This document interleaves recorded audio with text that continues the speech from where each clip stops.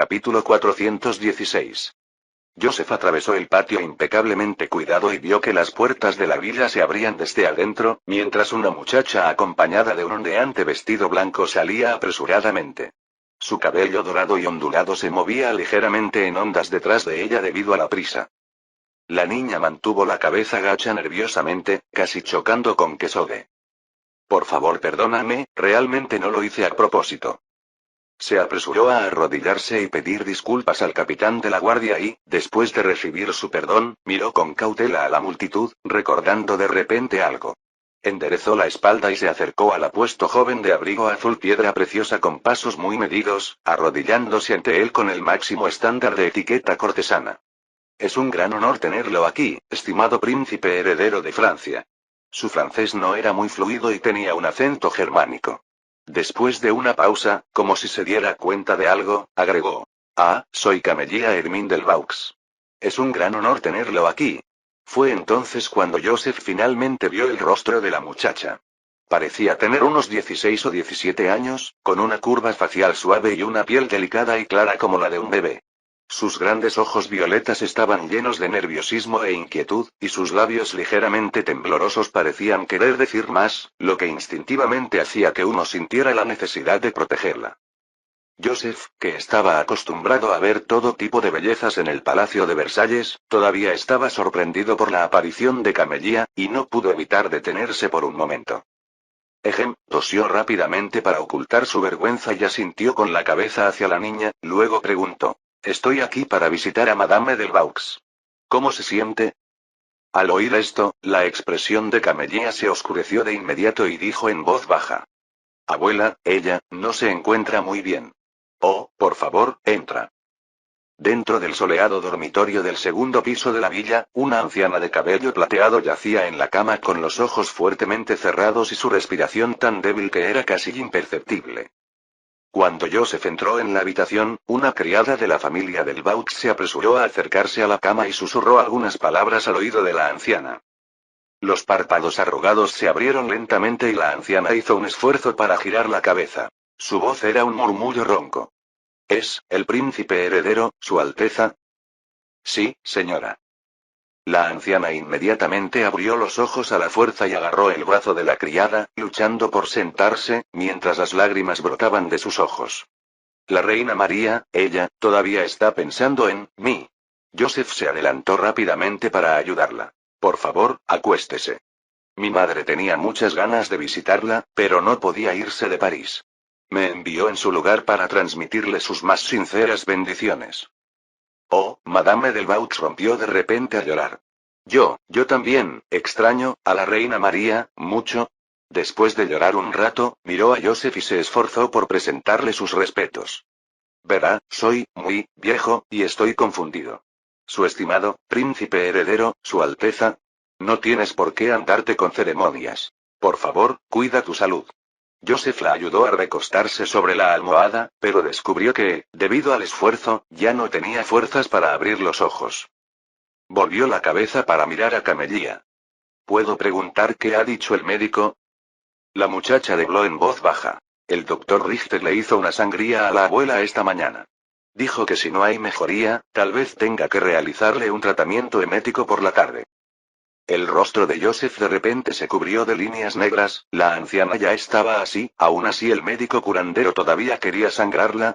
Olvídelo, ni siquiera el gran Washington pudo escapar de la pérdida de sangre, y mucho menos una abuela noble común y corriente de Viena. La señora del Vaux descansó un rato y luego comenzó a hablar con una sonrisa sobre algunas cosas de la infancia de la reina María. Joseph no soportó interrumpir los recuerdos cariñosos de la anciana, así que se sentó junto a la cama y escuchó en silencio. Al mediodía llegó el doctor Richter y, después de examinar a la anciana, miró nerviosamente al joven, evidentemente distinguido, que estaba a su lado antes de susurrarle a Camélia. Ah, el estado de la señora del Vaux no necesita ningún tratamiento emético, lo que necesita es un sacerdote. Que Dios se apiade de ella.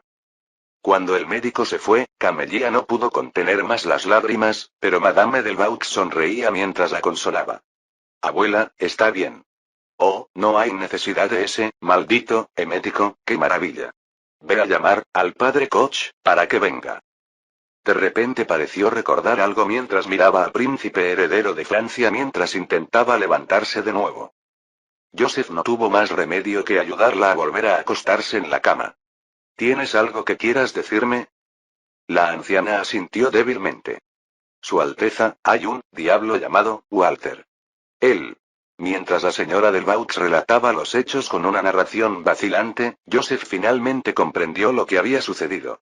Este varón Walter había detenido y violado a numerosas mujeres en España, lo que provocó la muerte de 2 de ellas, lo que enfureció al poderoso Campos. Sin otra opción, huyó a Toscana hace 7 años para buscar refugio con su prima Ludovica, y luego vino con ella a Austria. Walter todavía era un mujeriego en Viena, hasta que vio a Camelia en un baile y al instante se fijó en su belleza, declarando su intención de casarse con ella. Tras conocer el vil carácter de este hombre, Madame del Vaux rechazó rotundamente la propuesta de matrimonio, para luego ser objeto de su incesante acoso desde entonces. Durante el último año, Camelia había tenido miedo incluso de salir de casa. Afortunadamente, Madame del Vaux todavía tenía cierto prestigio y Walter no se atrevió a secuestrarla. Cuando yo vaya a encontrarme con el señor, prosiguió con dificultad la señora del Vaux, ese bastardo no tendrá ningún escrúpulo. Joseph frunció el ceño. Ya había preguntado por la situación de la familia del Vaux. No tenían parientes cercanos en Viena. Después de la muerte de la anciana, Camelia, una joven doncella, probablemente no podría escapar de las garras de Walter. La señora del Vaux hizo un gesto a su nieta para que se acercara, le tomó la mano y luego, con mucho cuidado, agarró la manga de Joseph, deslizó la mano de su nieta en la de él y suplicó. Príncipe heredero, Su Alteza, se lo ruego, por el amor de la reina, debe llevarse a Camelia lejos de Viena, mantenerla lejos de ese diablo. Joseph miró el rostro pálido de la anciana y de inmediato agarró la mano delgada y fría de Camelia, asintiendo mientras decía. Tenga la seguridad de que nadie se atreverá a hacerle daño a su nieta. Vivirá bien en París. Le estoy sinceramente, muy agradecida, Alteza. Que Dios la bendiga, dijo la señora del Vaux, llorando otra vez, aunque su expresión parecía aliviada de una pesada carga. Pronto la anciana cayó en un sueño cansado. Después de consolar a Camelia por un rato, Joseph accedió a visitar a la anciana nuevamente al día siguiente y luego abandonó la propiedad. Capítulo 417. Segundo piso del Palacio de Schönbrunn. El ministro de Asuntos Exteriores austríaco, barón Turgut, acompañó al arzobispo Talleyrand fuera de la sala, con el rostro rebosante de sonrisas. Eso es todo, arzobispo Talleyrand. La notificación formal se enviará a París la próxima semana. Quiero agradecer a Francia su destacada contribución a la derrota de los rebeldes del sur de los Países Bajos. Su Majestad el Emperador también ha dado instrucciones específicas para celebrar un gran banquete de despedida en Bruselas para los héroes franceses, y el general Leao se ocupará de los asuntos a partir de entonces. Talleyrand asintió con indiferencia. Por favor, transmita mi agradecimiento por los preparativos de Su Majestad. ¡Viva la alianza franco-austríaca! ¡Viva la alianza franco-austríaca! En cuanto Talleyrand salió de la entrada principal del palacio de Schönbrunn, su expresión se ensombreció de inmediato. Sacó su cuaderno, lo hojeó y, mirando una línea de palabras, le dijo a su sirviente. Vaya a la calle Hofburger 31. En aquella ciudad residía el barón Ferrari, un acérrimo antiprusiano, aunque su influencia no era muy grande. Sin embargo, en los últimos días Talleyrand se había reunido con los principales protagonistas de la facción antiprusiana y ahora lo único que podía hacer era liarse con tantos ministros antiprusianos como fuera posible. Mientras tanto, en la sala privada del burdel más lujoso de Viena, Botas Rojas, el vizconde Martel de la Policía Secreta de Viena, después de haber disfrutado de los exquisitos servicios, levantó un vaso de ginebra, se decía que tenía efectos que mejoraban la virilidad, entrecerró los ojos borracho e hizo un gesto hacia el hombre corpulento que tenía frente a él. Realmente se ha superado hoy, señor Cugel, no se preocupe por ese asunto. El señor Cugel le había obsequiado con el paquete de lujo que costaba 80 florines al día, un lujo que ni siquiera el vizconde Martel solía permitirse. No puedo agradecerte lo suficiente, mi querida amiga, Cugel levantó su copa, por la señorita Elina. Ella era la técnica que había atendido a Martel. Los dos hombres vaciaron sus vasos y, aunque Martel estaba claramente ebrio, de repente sus ojos se agudizaron, se sentó derecho y se dio una palmada en la frente, diciendo: «Casi lo olvido, aún no he firmado la autorización de revisión». En Austria, la revisión de noticias estaba supervisada por la policía secreta, y él era el funcionario de mayor rango a cargo de la revisión de noticias. Se arregló la ropa desaliñada y se tambaleó hacia la puerta, gritando afuera de la habitación privada: «Erice, tráeme mi maletín». Poco después, Martel entregó la autorización estándar firmada a su asistente y le dio instrucciones. «Vuelve rápido a la oficina y dale esto a Harper». «Sí, mariscal». Erice dejó botas rojas y llamó a un carruaje que esperaba al otro lado de la calle, sin atreverse a usar descuidadamente el carruaje del vizconde. Calle Grabón. «Muy bien, señoría», respondió el cochero e hizo restallar el látigo para espolear a los caballos. Sin embargo, después de haber recorrido menos de 1 kilómetro hacia Grabón Street, el carruaje giró repentinamente hacia un callejón estrecho y apartado. Cuando Erice se dio cuenta de que el carruaje se había detenido, y antes de que pudiera preguntarle al cochero, la puerta del carruaje se abrió de golpe y dos brutos enmascarados lo sacaron a rastras, declarando con voz ronca: «Esto es un robo. Suéltame. Soy de la policía secreta». «Ay». Erice solo llegó hasta la mitad cuando un golpe lo dejó inconsciente. Uno de los hombres enmascarados hojeó su bolso de cuero, sacó el documento de autorización y se lo entregó al hombre más bajo que estaba a su lado. «Señor Baudouin, esto debería ser todo». Este se sentó inmediatamente en la mesa de madera del carruaje y empezó a copiar con mucho cuidado la firma de la autorización. Al cabo de 10 minutos, le entregó al bruto un papel con la firma de Martel. «Está listo». El bruto examinó el papel, lo guardó con cuidado y luego destruyó en pedazos el documento de autorización original. Dentro de un edificio de 3 pisos en el lado sur de la calle Grabón, una multitud de empleados del periódico se agolpaban y gritaban ansiosamente a la persona uniformada detrás del escritorio. «Señor, ¿cuándo regresará el vizconde Martel? Ya son más de las 4 de la tarde, si no empezamos pronto la revisión, llegaremos demasiado tarde para imprimir. Por favor, ¿podría decirnos dónde se encuentra el vizconde Martel? ¿Iremos a buscarlo nosotros mismos?». De hecho, se trataba de la agencia de censura de noticias de Austria, y Martel, el censor a cargo, todavía estaba en las botas rojas discutiendo la vida con una cortesana. «Por favor, bajad la voz», gritó con impaciencia un oficial de la policía secreta, de cara cuadrada, agitando la mano.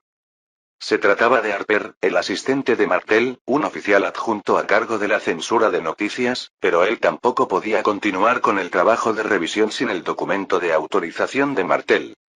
Sin embargo, el documento de autorización había sido roto y arrojado a la basura hacía tiempo por un agente de la oficina de inteligencia francesa. En ese momento, un hombre anodino de mediana edad con sombrero de fieltro se abrió paso entre la multitud y no dejaba de guiñarle el ojo al oficial de cara cuadrada. Harper entendió y lo llevó a una oficina del piso superior. Después de cerrar la puerta, el hombre del sombrero de fieltro sacó un trozo de papel y se lo entregó a Harper. «Señor, esta es una aprobación de emergencia del vizconde Martel. Gracias por la molestia». El destinatario echó un vistazo a la nota, que decía: «Ya he revisado el contenido enviado por el periódico Vida y Verdad hoy, por favor, conceda su aprobación». Debajo estaba la firma del vizconde Martel, aunque no tenía ningún sello personal. Miró con el ceño fruncido al hombre del sombrero de fieltro. «¿Dónde está el vizconde?». El hombre sonrió con picardía. «Está con una señora. ¿Necesitas la dirección específica?». «No hace falta». Harper hizo un gesto con la mano, aunque todavía con cautela. «Déjame ver tus artículos». Enseguida, señor. El hombre del sombrero de fieltro le pasó apresuradamente un fajo de papeles. Harper pasó a la primera página y el titular decía: «Gran victoria en Legnica, bandidos prusianos derrotados». No le sorprendió. Durante los últimos días habían circulado rumores de que el mariscal Lackey había obtenido una victoria en Silesia y, de hecho, Legnica estaba situada en la provincia suroccidental de Silesia. El hombre del sombrero de fieltro añadió inmediatamente a su lado: «Nuestro corresponsal de guerra nos ha enviado la noticia este mediodía y el anuncio oficial debería publicarse mañana. Nuestro periódico necesita esto para pasar a formar parte de las principales publicaciones. Ustedes, los periodistas, son más rápidos que los correos de los mariscales. Harper sonrió y miró el artículo, que decía que el ejército austríaco había aniquilado a 4.000 soldados del ejército prusiano en Legnica, había capturado a 1.000 y se había apoderado de una gran cantidad de cañones. La línea del frente ya había avanzado al noreste de Legnica y, según la situación actual de la batalla, Legnica podría ser retomada en el transcurso de un mes. Vaya noticia. Estaba muy emocionado. Por fin hemos dado una lección a esos malditos prusianos. El hombre del sombrero de fieltro se metió inmediatamente 10 florines en el bolsillo. Señor, por favor apúrese un poco. No pasó mucho tiempo antes de que saliera del edificio de la policía secreta seguido por una docena de personas de otros periódicos. ¿De verdad estás dispuesto a vendernos la noticia? Preguntó ansioso uno de ellos. Por supuesto.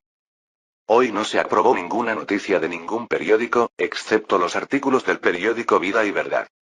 Y hace un momento la gente del periódico Vida y Verdad les dijo que por solo 30 florines cada uno podrían venderles los artículos de noticias. Aunque inevitablemente habría una superposición masiva de noticias, era mejor que tener que compensar a los clientes por no publicar y causar un impacto negativo en la reputación del periódico. Esa tarde, casi la mitad de los periódicos de Viena publicaban la noticia de gran victoria en Legnica, bandidos prusianos derrotados. A la mañana siguiente toda Viena estaba animada. Capítulo 418. Viva su majestad el emperador. Silesia pertenece a Austria para siempre. Aniquilad a los bandidos prusianos y la gloria de su majestad el emperador brillará sobre Silesia. Coronando a un rey de Silesia. Afuera del palacio de Schönbrunn, los aplausos emocionados de la multitud invadieron la sala de reuniones del segundo piso. Leopoldo II, que estaba discutiendo el plan de alto el fuego con el conde Franz y el barón Turgot, frunció el ceño y se dirigió rápidamente hacia la ventana. Entonces vio una masa oscura de gente que se dirigía hacia el palacio de Schönbrunn. Volteó la cabeza hacia un asistente que estaba más cerca. ¿Qué están gritando? ¿Qué ha pasado? Este último se apresuró a preguntar y regresó rápidamente con un oficial del ejército, inclinándose mientras hablaba. Su Majestad, parece que el pueblo está celebrando una gran victoria. ¿Una gran victoria? ¿Qué gran victoria? El oficial dijo inmediatamente. Majestad, hay noticias de que el mariscal Lackey derrotó a los prusianos en Legnica y empujó el frente hacia el suroeste de Breslau.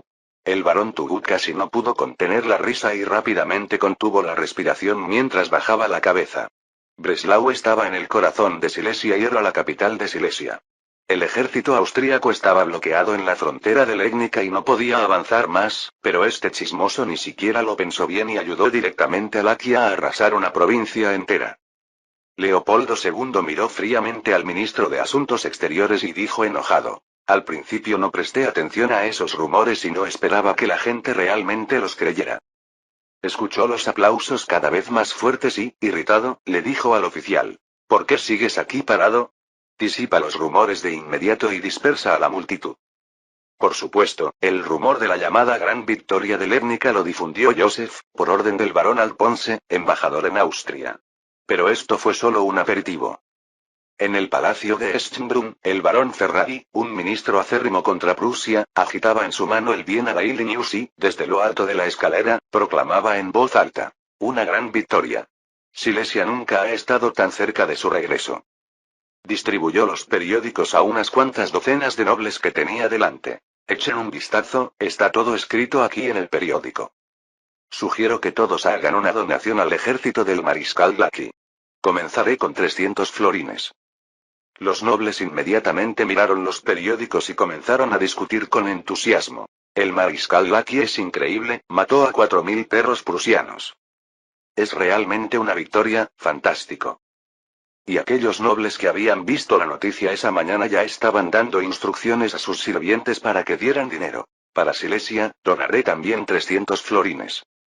Donó 500 florines a los valientes soldados de Legnica. En una era sin internet, los periódicos eran la fuente de información más confiable que la gente tenía, especialmente para eventos tan importantes, nadie lo sospecharía, ya que la policía secreta examinaría rigurosamente cada palabra. De hecho, no solo a finales del siglo XVIII, sino incluso a principios del siglo XX, los tribunales utilizaban el contenido de los periódicos como prueba para dictar sentencia. Con la vigorosa promoción de Ferrari, el palacio de Schönbrunn también se agitó rápidamente. Y aquellos nobles con conexiones militares, aunque escépticos ante la noticia, no se atrevieron a expresar ninguna duda en ese momento, por miedo a ser derrotados por el pueblo envuelto en el frenesí. El oficial que estaba a punto de salir para disipar el rumor fue detenido por el barón Tugut, a quien de repente se le ocurrió algo. Frunciendo el ceño, detuvo al oficial y luego se acercó a Leopoldo II, susurrando: Su Majestad, puede que ahora no sea el momento adecuado para disipar directamente los rumores. Ah, ¿sí? ¿Por qué? Considere esto, ¿cómo se supone que el barón Duden explicará a los de afuera? Leopoldo II se quedó perplejo y frunció el ceño de inmediato. ¿Qué podía decir? ¿Anunciar que la gran victoria era un rumor y que Austria no era tan valiente como sugerían los rumores? ¿Decir que Laki había estado al frente de un ejército de 100.000 cerca de Legnica durante casi un año y que todavía estaba vagando por las fronteras de Silesia? ¿Ordenar a todos que se dispersaran porque Silesia no podría ser recuperada en un futuro próximo? Debido a las reformas del emperador, Austria ya estaba desestabilizada, con diversas facciones llenas de quejas. Si ahora se atrevieran a declarar la incompetencia del gobierno, eso conduciría inmediatamente a un gran caos. Especialmente aquellos nobles húngaros con tendencias secesionistas, que habían estado esperando una oportunidad así, podrían verse alentados a iniciar una rebelión. La naturaleza humana es así. Si Austria siempre hubiera sido débil, la gente se habría vuelto insensible a ello. Pero si alguien les dijera de repente que Austria se había vuelto poderosa, que su ejército era invencible, sus exigencias y expectativas aumentarían de inmediato. En ese punto, intentar hacerles aceptar la realidad de la debilidad de Austria solo los llevaría a la ira y la desesperación. Espera un minuto. Leopoldo II se secó el sudor frío de la frente y rápidamente detuvo al oficial. Luego le ordenó a un sirviente: reúne a los ministros. Debemos discutir este asunto seriamente. El conde Franz, aliado de la facción británica, se puso inmediatamente ansioso. Majestad, pero si no refutamos los rumores, ¿cómo podemos firmar un acuerdo de alto el fuego con Prusia? Sabía muy bien que si todos en Austria creían que el mariscal Laki había recuperado Legnica, lo único que Austria podía hacer era apoderarse de Breslau de un solo golpe mientras tenía el impulso. En esa época, cualquiera que se atreviera a sugerir la paz sería inevitablemente etiquetado como traidor por toda la nación. Incluso si se disculpara que las finanzas de Austria estaban ajustadas y era necesario un alto el fuego temporal, una vez que ambos países retiraran sus tropas, ¿dónde quedaría Legnica, conquistada por Laki? Seguramente no se podría decir que se lo habían devuelto a los malditos prusianos, ¿verdad? Leopoldo II agitó la mano con irritación. Discutamos también el alto el fuego en el Consejo Imperial. Luego salió de la habitación dando un portazo. Poco después del mediodía, el vizconde Martel, el principal culpable del escándalo de las noticias falsas, fue llevado ante Leopoldo II por el marqués Hartmann, jefe de la policía secreta de Austria. Y el pobre inspector de noticias, que se encargaba de revisar la información, solo sabía que un comerciante llamado Kugel le había pedido que ayudara a su sobrino, que fue sorprendido contrabandeando libros prohibidos, a salir del apuro pasando un día entero en Botas Rojas. Posteriormente, fueron interrogados el asistente de Martel y Harper, el censor adjunto de noticias. El primero declaró que lo habían asaltado, lo habían atado en un callejón y no lo habían rescatado hasta esta mañana. Este último afirmó que había pasado la noticia de la gran victoria a través del proceso de revisión después de ver una nota firmada por Martel. Bajo la presión de Leopoldo II, la policía secreta de Austria trabajó con extrema eficacia y al mediodía del día siguiente, los resultados preliminares de la investigación fueron colocados sobre su escritorio. La ciudad natal de Kugel está en Szolnok, y llegó a Viena hace 3 años, informó Marquis Hartmann, adquirió el Viena Daily News hace una semana, y la noticia falsa se originó en este periódico. Según el testimonio del ayudante del vizconde Martel, entre los hombres que le robaron, uno reveló inadvertidamente un poco de acento húngaro. Los que falsificaron la firma del vizconde Martel deben ser estos hombres. Leopoldo II miró el informe sobre la mesa con una expresión sombría. Entonces, ¿este asunto está relacionado con los húngaros? Así parece, Majestad. Capítulo 419. Leopoldo II exclamó enojado. ¿Qué es exactamente lo que quieren hacer? El marqués Hartmann dijo con incertidumbre. Majestad, los separatistas húngaros siempre han buscado una excusa para rebelarse, y esta podría ser su forma de humillar a Viena. Si no manejamos bien la situación, aunque Hungría forma actualmente parte del Imperio Austríaco, siempre ha tenido su propia pequeña corte, que no solo gestiona independientemente sus finanzas sino que también mantiene un sistema oficial completo, teniendo así una fuerte tendencia hacia la independencia. Para la estabilidad de Hungría, Austria les concedió un número significativo de políticas preferenciales, pero los separatistas en Hungría causan problemas todos los años. Precisamente a eso se aprovechó Joseph, que decidió dejar que Hungría cargara con la culpa. Y los miembros de la facción separatista húngara no podían acudir al palacio de Schönbrunn para defenderse, a menos que quisieran dar explicaciones desde una celda. Esa tarde, todos los ministros más influyentes de Austria se reunieron en el dormitorio de Joseph II para discutir cómo abordar la situación actual. La facción antiprusiana liderada por Kaunitz y la facción pacifista liderada por Franz estaban claramente en bandos opuestos. En ese momento, Joseph II estaba tan enfermo que apenas podía hablar. Solo levantó débilmente la mano para señalar que la reunión debía comenzar. El conde Lecam, de la facción pacifista, fue el primero en hablar. Su Majestad, no hay ningún obstáculo significativo en nuestro camino para recuperar los Países Bajos del Sur, y no tiene ningún sentido que el imperio continúe agotando los recursos en Silesia. Los miembros de la facción antiprusiana objetaron inmediatamente.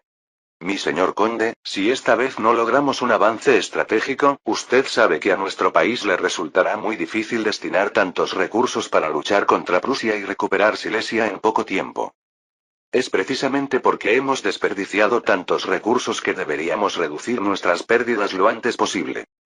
Por favor, escuchen al pueblo, dijo el barón Ferrari levantando una lista. Cuando todos supieron que el mariscal Lackey había logrado la victoria, ayer mismo, donaron 35.000 florines para el frente. ¿Y ahora quieren negociar la paz con los prusianos? Entonces, por favor, vayan y devuelvan estas donaciones a todos. ¿Qué victoria se ha conseguido? Todo eso son solo rumores.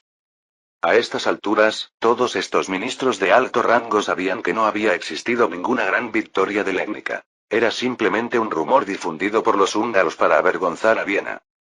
No, ese es el deseo de siempre de todos los austríacos, dijo apasionadamente el barón Ferrari. Todos lo creen así. El conde Franz, considerando los beneficios prometidos por los británicos, también comenzó a sumarse a la lucha. ¿Realmente pretendemos seguir librando una guerra por un rumor? El marqués Land habló con gravedad. A menos que lleves a todos a Silesia para que lo vean con sus propios ojos, algunos siempre creerán que Létnica ha sido recuperada. Además, negociar la paz también dañaría la reputación del mariscal Lackey. De hecho, ayer todo el mundo decía que habíais conseguido una victoria completa, pero hoy el gobierno niega que hayáis conseguido nada. La carrera política y militar de Lackey podría acabar después de esto. Franz dijo inmediatamente. De hecho, el mariscal Lackey también está a favor de un alto el fuego. El conde Lecam añadió. He estado en el frente de Nitz y, dada la situación actual, nuestro ejército simplemente no puede recuperar Silesia antes del colapso financiero. El ministro de Asuntos Exteriores, barón Turgot, miró a Kaunitz y comenzó a decir. El príncipe heredero de Francia ha declarado oficialmente su voluntad de aumentar el apoyo al esfuerzo bélico de Silesia. La intervención del ejército francés nos ayudará a derrotar a los prusianos, como en los Países Bajos del Sur. El barón Ferrari respondió inmediatamente. Toda la nación está ahora inmersa en la alegría de la victoria, como todos sabéis, y en este momento, una retirada significa. Señaló hacia el sureste. La facción separatista húngara es precisamente la que más espera que negociemos la paz con los prusianos. Para Austria, la recuperación de Silesia sigue siendo la máxima corrección política. A medida que los argumentos de la facción partidaria de la guerra se volvían más feroces, Franz y su grupo apenas podían hacer nada. En ese momento, Kaunitz, que había permanecido en silencio, se levantó de repente, inclinó la cabeza hacia atrás en un ángulo de 45 grados para mirar el techo, apretó ambos puños, respiró profundamente y dijo en voz alta. Me pregunto si has escuchado un poema que ha estado circulando entre la gente recientemente. Si no vamos a la guerra. Si no vamos a la guerra, los prusianos con sus bayonetas, nos matará, y luego señalan nuestros huesos diciendo. Mirar, estos son esclavos. De repente, el silencio se apoderó de todo el dormitorio. La facción de la paz no pudo evitar inclinar la cabeza avergonzada, mientras que los ojos de la facción de la guerra se llenaron de llamas furiosas, algunos incluso al borde de las lágrimas. Este poema fue una puñalada directa al alma. Todos recordaron instantáneamente la humillación que supuso la ocupación forzosa de Silesia por los prusianos. Especialmente esa última línea, que los llenó de rabia, deseando poder ir personalmente al frente, apuntar con un arma de chispa a las cabezas de los prusianos y rugir. Con los austríacos no se puede jugar. Esta fue la arma definitiva que Joseph le proporcionó a Kaunitz. Un poema breve que había inspirado a innumerables soldados patriotas a luchar sangrientamente en las generaciones futuras, una bomba potente en cualquier país que sufriera una agresión extranjera. Por eso, Joseph le transmitió este poema a Kaunitz y le ordenó que lo recitara cuando fuera necesario para cambiar el curso de la situación. En el lecho de enfermo, Joseph II se estremeció de repente, levantó su marchita mano derecha y emitió un sonido de E. Leopoldo II se agachó apresuradamente para escuchar atentamente su boca, luego se levantó después de un momento y examinó a la multitud. Su Majestad dice que debemos recuperar Silesia a cualquier precio. Hay que hablar de ayuda con Francia inmediatamente y enviar refuerzos al frente. Al volverse, vio que los labios de su Majestad se movían y añadió: Austria prevalecerá. El barón Ferrari inmediatamente levantó el brazo y gritó: Victoria para Austria. ¡Viva su Majestad el Emperador! Los demás partidarios de la guerra también gritaron con entusiasmo y, después de un momento, incluso personas como el conde Franz se sintieron obligados a unirse a la multitud que cantaba: ¡Viva su Majestad el Emperador! Recuperemos Silesia. En semejante ambiente, ¿quién se atrevería a proponer la paz? Su Majestad, sin dudarlo, lo enviaría de vuelta a su ciudad natal para que alimentara a los cerdos. Joseph, girando la cabeza, escuchó a la multitud afuera de la ventana cantando en voz alta.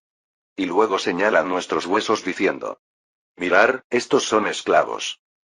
No pudo evitar exhalar suavemente, parecía que Kaunitz había ganado en el palacio de Schönbrunn y la inversión militar francesa en los Países Bajos del Sur no habría sido en vano.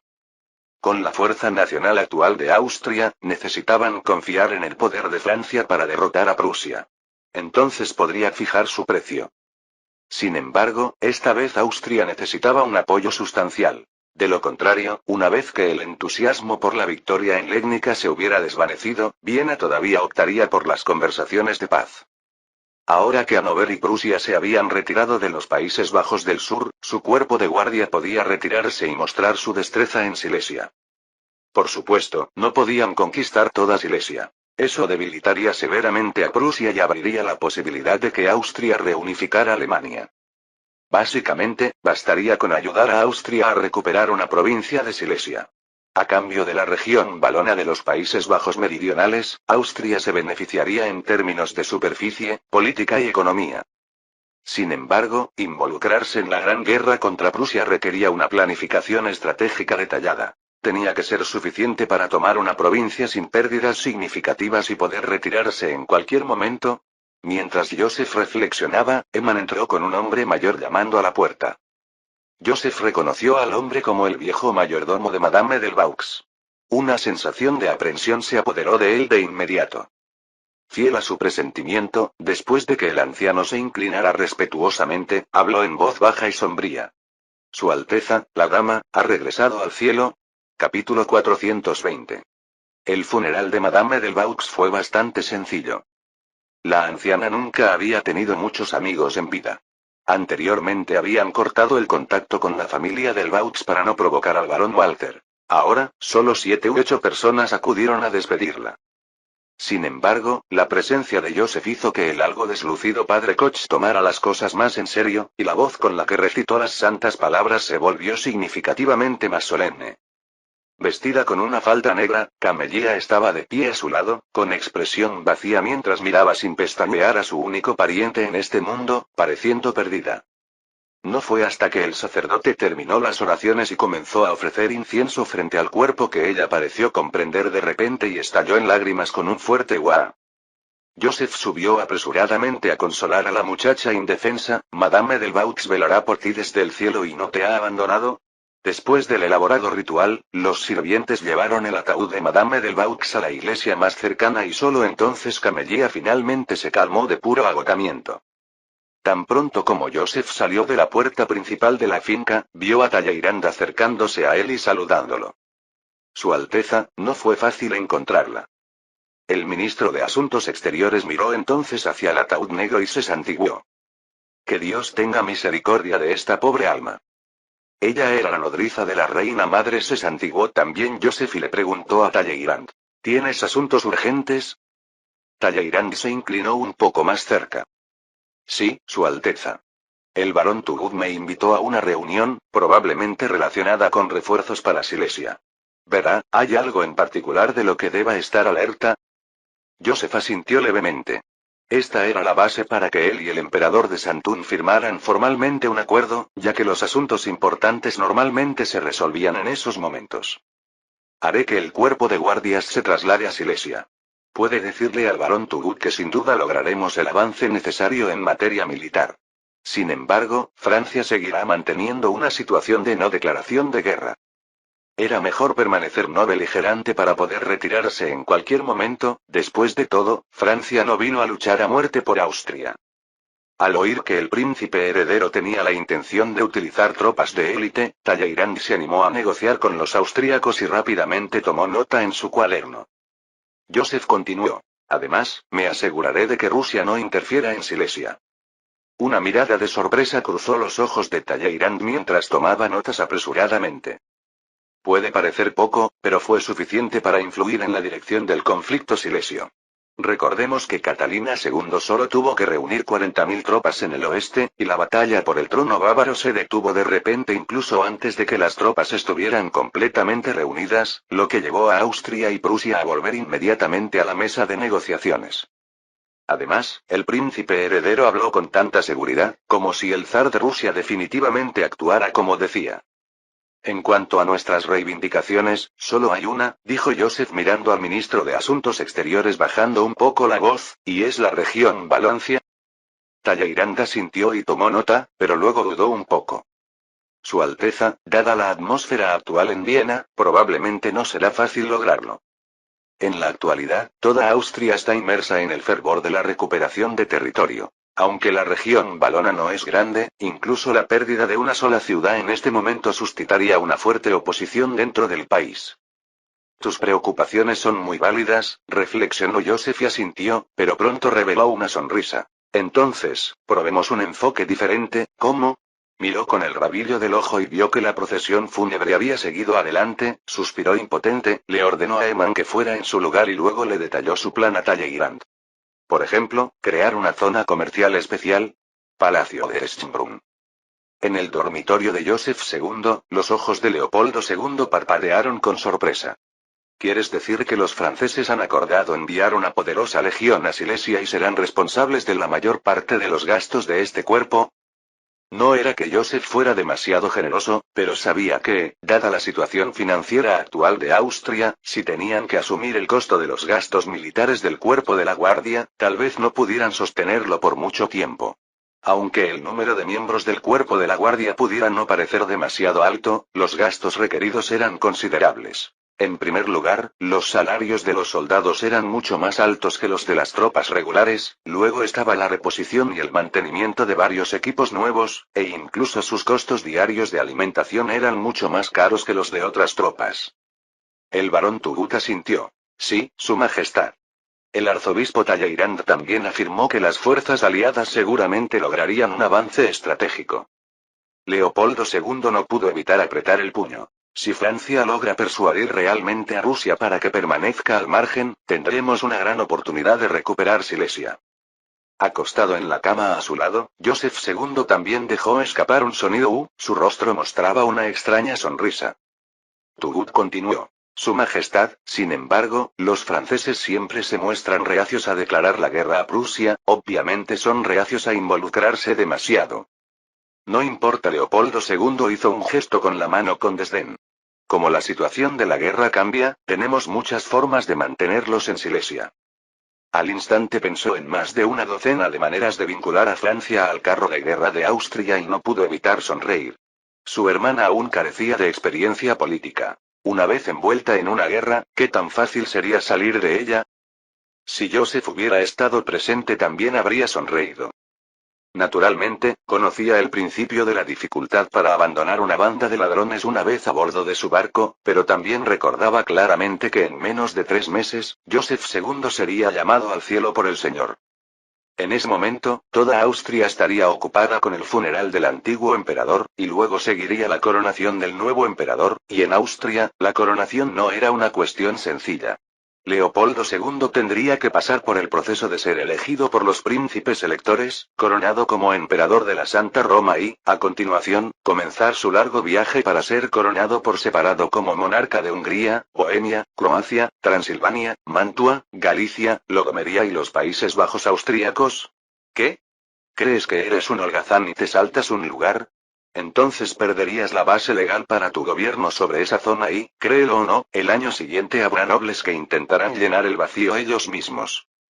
Basta con mirar las insignias del emperador de la Santa Roma para entender lo complicados que son los títulos. Por lo tanto, Austria sin duda estaría demasiado ocupada para seguir librando una guerra, y Joseph podría, después de participar en la ceremonia de coronación del Sacro Emperador Romano Germánico, traer convenientemente al ahora inactivo ejército francés de regreso a París.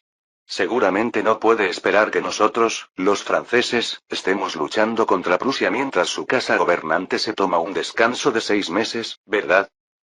Tras confirmar las gloriosas perspectivas de la situación bélica de Silesia, Leopoldo II se dirigió al barón Turgot. ¿Cuáles son entonces las reivindicaciones de Francia? El arzobispo Talleyrand explicó que muchos franceses han invertido anteriormente en la región valona y que esperan que se convierta en una zona comercial especial. ¿Una zona comercial especial? Ahí es donde tanto Francia como Austria pueden invertir y comerciar, y la administración de la región valona estaría a cargo de un consejo de comerciantes, dijo Turgot. Además, para garantizar la equidad del comercio, no habría una presencia militar permanente, y el departamento de policía de Valron sería responsable de la seguridad. Fin del capítulo 420.